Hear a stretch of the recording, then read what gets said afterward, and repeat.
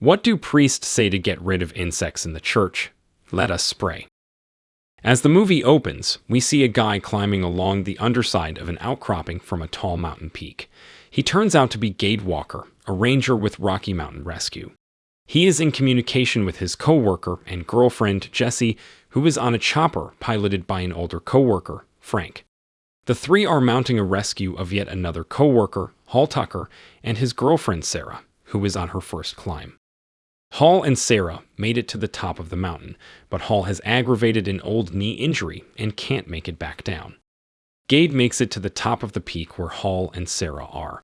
The chopper drops Gabe a cable, which he secures, while the chopper lands on a nearby peak.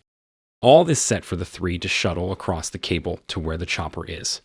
There is a lot of light-hearted banter, as this is a routine operation that they all, except Sarah, do all the time.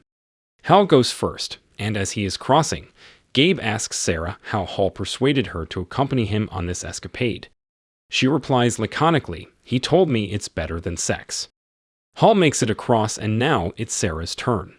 She is a little frightened at the thought of hanging from a cable 4,000 feet above the ground, but the fact that Hall crossed without incident is reassuring.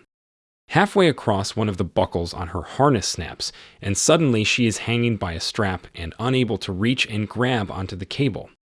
Gabe quickly crosses to her and grabs her arm just as the strap breaks free.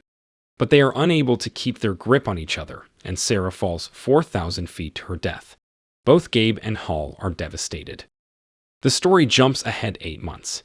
At the U.S. Treasury office in Denver, Treasury Agent Travers is preparing to leave on a flight with several large containers of printed currency totaling $100 million. His boss introduces FBI agent Matheson, who is being transferred and is bumming a ride on the flight. Gabe, meanwhile, drives up to Jessie's and formerly his house. He had left after Sarah's funeral because he felt he had to get away, and has been working in Denver. He wants Jessie to come to Denver with him, but she won't. She leaves for work, leaving Gabe to get his stuff from the house and load it into his vehicle. On the plane, Matheson looks out his window and sees another plane flying next to them. He quickly and correctly sizes up the situation, informs the other 2 Treasury agents that Travers intends to hijack the plane, and pulls his gun on Travers. The other 2 agents dutifully pull their guns on Matheson, as does Travers. Travers shoots the other 2 agents, then shoots Matheson.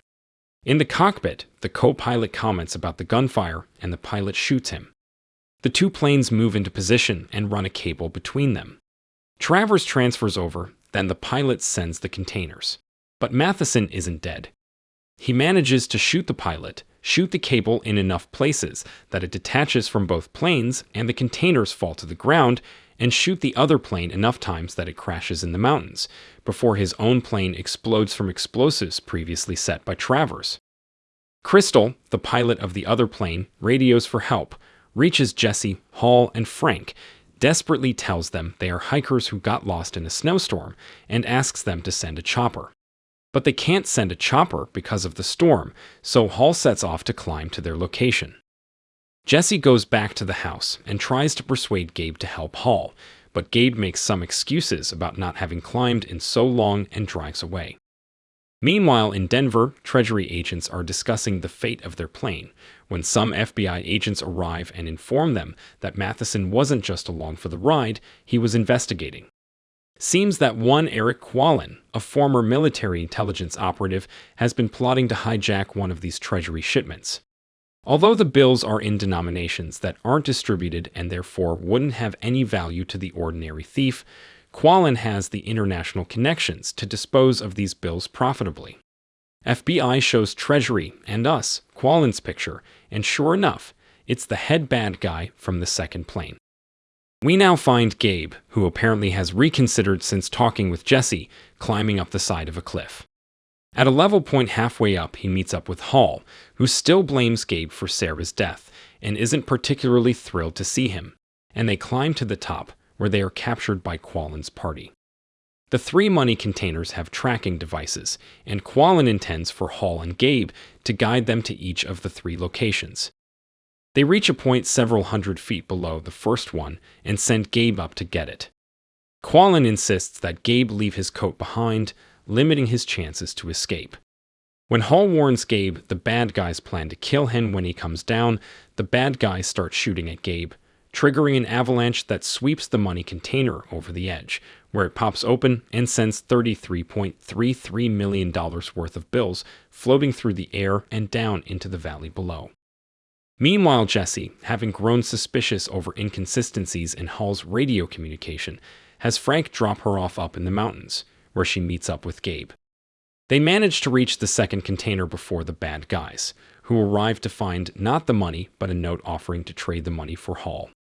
Qualen realizes it's Gabe, and, night having fallen, sends a bad guy out with night vision goggles. This guy finds Gabe and Jessie, but Gabe temporarily blinds him by flashing a flare in his night vision sensitive face. The two wrestle and end up sliding down a long slope. At the last second, Gabe is able to anchor himself while his adversary goes over the edge. Watching all this from his higher vantage point, Hall comments, "Gravity's a bitch, isn't it?" The bad guys fail to see the humor. It being night on a snowy mountain, Gabe and Jessie use the money to make a fire, Gabe commenting on how expensive it is to heat the place. Come daybreak, they try to reach the third container before Qualen's group, but their way is blocked by a series of explosions set off by Qualen. One of the bad guys corners them in a cave that was part of their shortcut, but Gabe is able to kill him by impaling him on a stalactite. There is also a scene where a rope breaks and Gabe ends up holding on to the side of a cliff with one hand and Jessie with the other.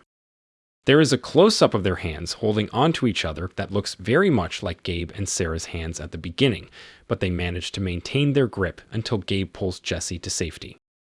Meanwhile, the Qualen group encounters a couple of Bill and Ted wannabes and starts shooting at them, killing one and wounding the other as he parachutes off a ledge. Frank finds the survivor and decides he'd better find out what is going on. He soon discovers the Qualen party and lands the chopper in order to rescue them, only to be shot and killed for his trouble. At this point, Travers wants to forget the money and just get away in the chopper. Qualen demands the tracking device, which Travers gives him, but he refuses to tell him the passcode, knowing that if Qualen knew the passcode, he'd have no need to keep Travers alive.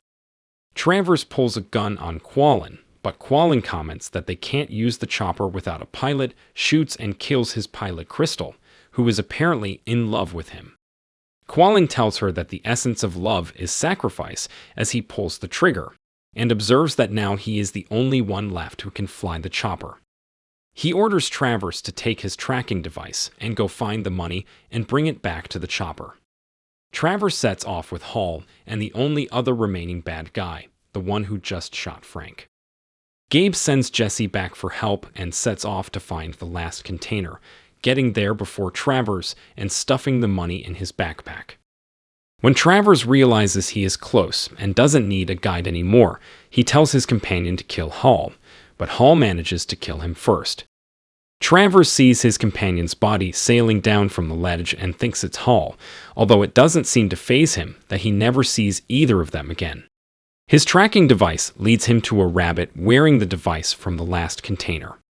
Travers, a bureaucrat who has watched a seemingly foolproof plan completely unravel, is by now essentially insane.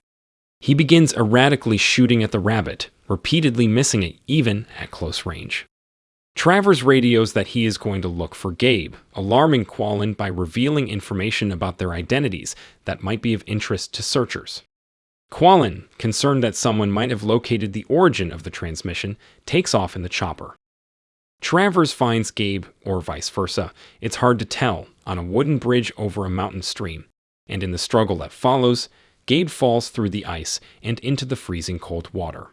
Travers spots Gabe under the ice trying to break through to the surface and draws his gun, but Gabe draws his own climbing gun and fires through the ice, killing Travers.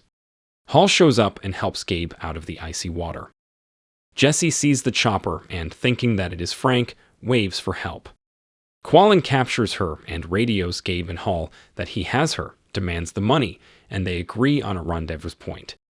At the rendezvous, Qualen demands that Gabe throw the money into the chopper or he'll shoot Jessie, but Gabe says that if he does, he'll throw the money over the cliff. Qualen relents and drops Jessie off nearby and returns for the money, but Gabe throws it into the chopper blades, and as Qualen struggles to regain control, Gabe attaches the chopper's winch to the top of a metal ladder running down the side of the mountain, while Hall shoots at the chopper until it loses power and falls. It pulls the top part of the ladder off of its attachments and ends up dangling on the side of the cliff. Gabe, who had taken refuge on the ladder to avoid Qualen's gunfire, falls and lands on the chopper, where he and Qualen engage in a fistfight. As the rest of the ladder gives way, Gabe jumps off and grasps the side of the cliff, while the chopper, with Qualen in it, falls 4,000 feet and explodes on impact. Hall and Jessie toss Gabe a rope and help him to the top. They are then contacted by Treasury agents in a chopper who have been monitoring radio communications for the last little while. They tell the trio that they will be back to pick them up shortly. The movie ends with Gabe, Hall, and Jessie sitting on top of a mountain peak, looking very much like Gabe, Hall, and Sarah at the beginning. If you enjoyed this video, don't be shy to hit the like button, and if you disliked it, hit the dislike button twice, just to be sure. It would be best if you watched the whole movie. Thank you very much for watching. Please subscribe for more videos like this.